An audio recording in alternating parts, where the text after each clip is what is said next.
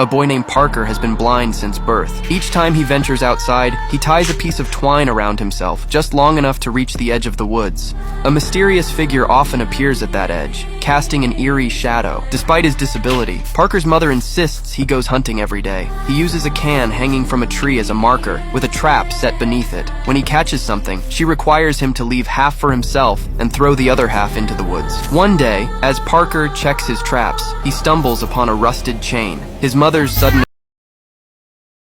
appearance startles him, and she doesn't mention the chain. Instead, she hurriedly leads him back home. That night, after putting Parker to bed, she steps out, her silhouette fading into the darkness, headed toward the woods. Years pass, and now Parker is a young man. Since that night, his mother has never returned. All he has left is a recording she made, along with an old goat for company. In the recording, she emphasizes 3 survival rules. Always throw half of any caught prey into the woods, sing the sacred songs she taught him when in despair, and most importantly, always tie the rope when he goes out. Though he doesn't understand why, he follows these rules faithfully. Then one day, a strange sound disrupts his quiet life in the woods. It doesn't sound like any beast he knows. He cautiously inches toward the noise, but the rope stops him from going further. He often wonders why his mother left him here, and why the rope only extends to the edge of the woods. These thoughts make it hard for him to sleep. Suddenly, a sheep's bleat breaks the silence. Parker quickly ties the rope and moves toward the sound, but again,